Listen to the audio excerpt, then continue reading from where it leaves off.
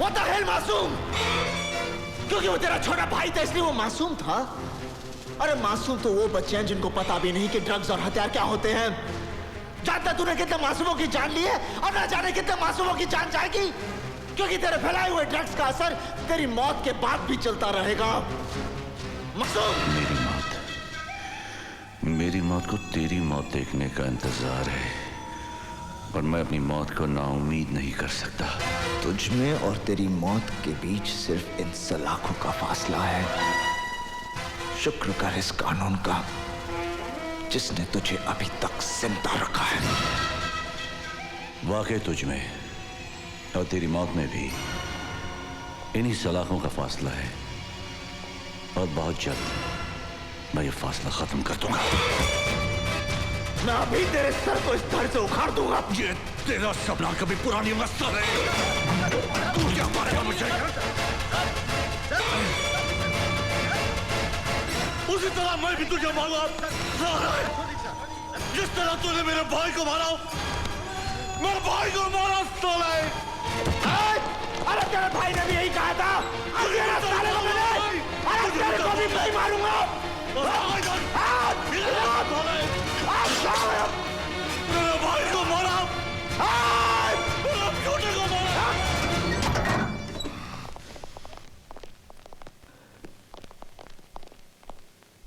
Officer, गावा को police security में रखना सेफ नहीं है।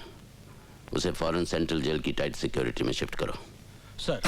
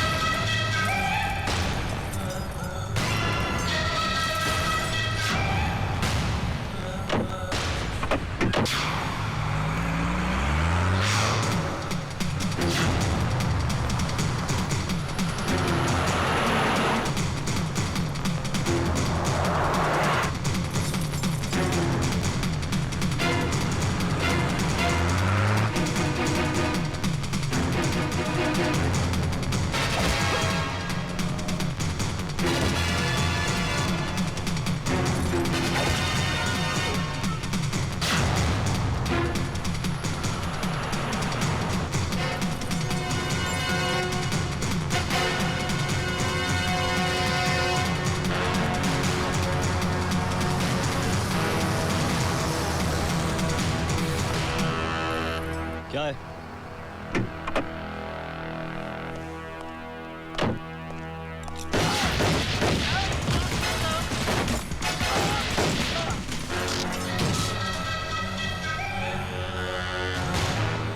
गावा साहब, आपका इस मुल्क से निकलने का इंतजाम हो गया है। ये रहा आपका जाली पासपोर्ट और एयर टिकट। तेरे भी पासपोर्ट की तैयारी हो गई है।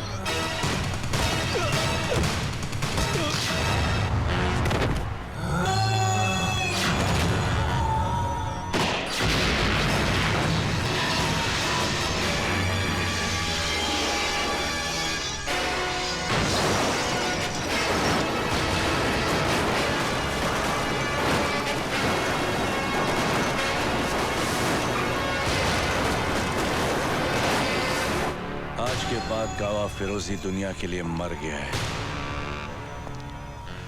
लेकिन सिकंदर का भाई जिंदा है।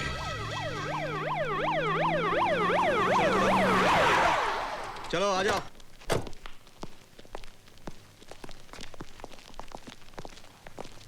एक मिनट। सर, गावा फिरोजी।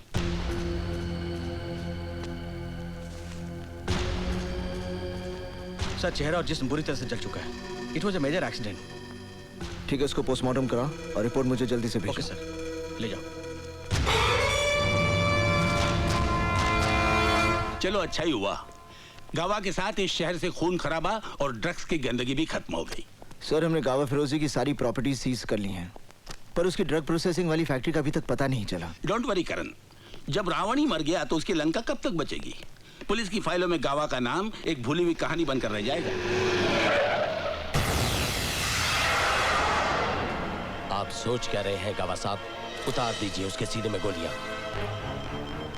उसके सीने में गोलियां उतारना मेरा इंतकाम नहीं, उसे इतनी आसान मौत देना तो उस पर रहम करने के बराबर है।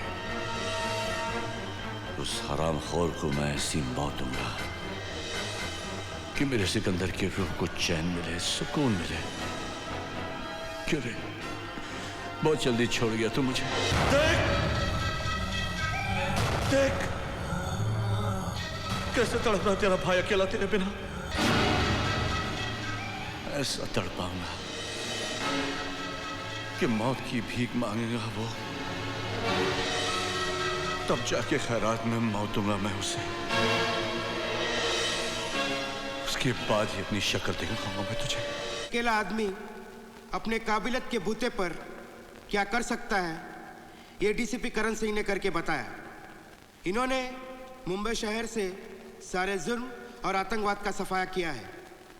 अब मैं मुख्य अतिथि माननीय मेयर साहब से गुजारिश करूंगा कि वे डीसीपी करण सिंह को आउटस्टैंडिंग सिटीजन अवार्ड से सम्मानित करें।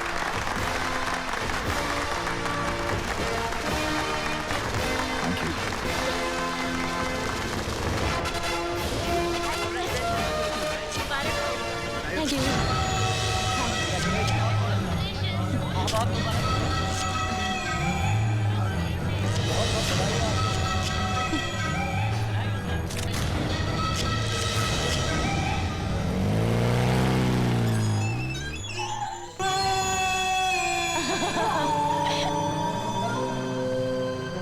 Love you. कबीर, ये तुम्हारे। थैंक यू दीदी। करण, काश तुम्हारी तरह कुछ और लोग भी होते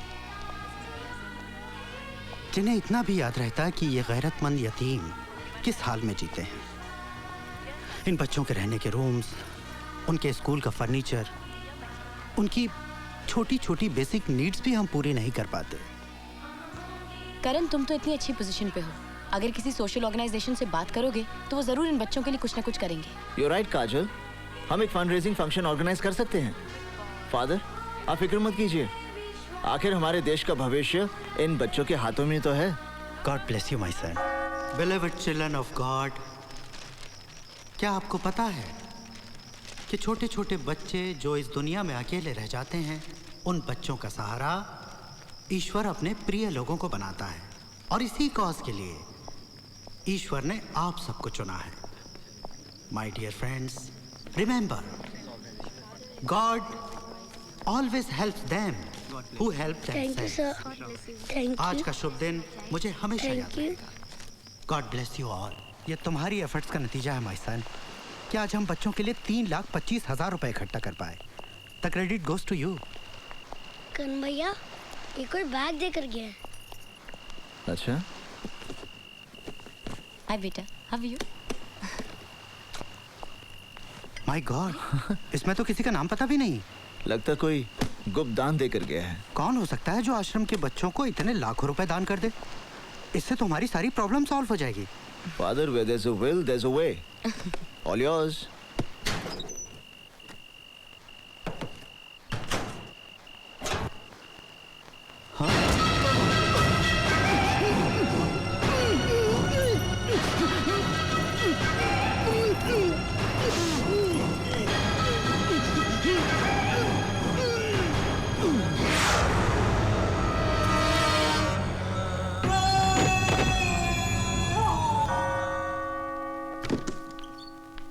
फादर,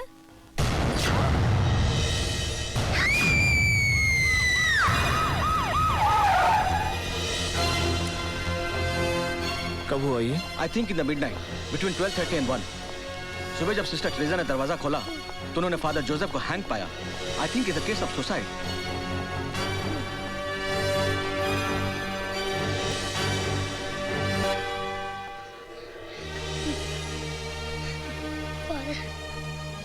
पोस्टमार्टम के लिए ले जाओ। Excuse me, DCP Karan Singh. Yes. Dhananjay Kadam from CBI. हमें फादर जोसेफ का एक सुसाइड नोट मिला जिसके सिलसिले में आपसे बात करनी है। आप हमारे साथ चलिए। चलिए। डीसीपी करण सिंह पर अनाथालय के फंड का गबन करने, वहां के बच्चों को विदेशों में बेचने और साथ में ड्रग्स का व्यापार करने का आरोप लगाया गया है। सरकार ने सीबीआई को डीसीपी करण सिंह के खिलाफ लगाए गए आरोपों की जांच करने का आदेश दे दिया है। करण, मैं अपनी जिंदगी से तंग आ चुका हूँ। आज तक मैं अनाथालय को मिलने वाले दान की रकम को गबन करने में और अनाथालय के बच्चों को विदेशों में बेचने में तुम्हारा साथ देने का पाप करता रहा। मगर अब जो तुम मुझे करने पे मजबूर कर रहे हो उसे मेरा ज़मीर बर्दाश्त नहीं कर सकता, इसलिए मैं आत्महत्या करके अपने पापों का प्रायश्चित करना चाहता हूँ। ये सब झूठ है, झूठ है। फादर ऐसे लिख ही नहीं सकते। आपके कहने का मतलब है ये सुसाइड नोट झूठा है और इस पर फादर के जो दस्तखत हैं क्या वो भी झूठे हैं? जब ये चिट्ठी ही झूठी है फिर फादर जोसेफ से आपका क्या रिश्ता था? इंसानियत का। हमारा मतलब आप दोनों क्या बिजनेस करते थे? वो कोई बिजनेस नहीं था। अनाथालय के लिए कोई 50 लाख का गुप्त दान कर गया जिसका आप और फादर के सिवा किसी को पता नहीं था। गुप्तदान लेना और देना कोई जुर्म नहीं है। आपके बैंक अकाउंट में जो 25 लाख रुपया जमा हुआ, क्या ये भी गुप्त दान था? इसके बारे में मुझे कुछ मालूम नहीं। ये गुप्त दान है या कुछ और मिस्टर करण? देखिए आप वहाँ गंदगी ढूंढ रहे हैं जहाँ कुछ है ही नहीं। तो फिर ये क्या है? फादर जोसेफ ने अपने खत में कबूल किया है कि वो आपके साथ मिलकर अनाथालय के बच्चों के साथ ड्रग्स लेने और ले जाने का काम करने से पहले मर जाना पसंद करेंगे। ये ड्रग्स फादर जोसेफ के ऑफिस से बरामद हुए मिस्टर करण। ये झूठ है, कोई मुझे फंसाना चाहता है। तुम्हारा कोई दुश्मन? पता नहीं। तो फिर वो कौन है जो आपको फंसाना चाहता है? अगर मुझे पता होता तो मैं। हेलो, जरा डीसीपी साहब को फोन देना प्लीज। सॉरी मैडम, फोन अंदर नहीं दे सकता। क्यों नहीं दे सकते? सीबीआई वाले साहब की इंक्वायरी कर रहे हैं। सीबीआई वाले साहब की इंक्वायरी कर रहे हैं? अच्छा, जब वो बाहर आए तो उनसे कहना घर पे फोन करो। ओके? Okay madam.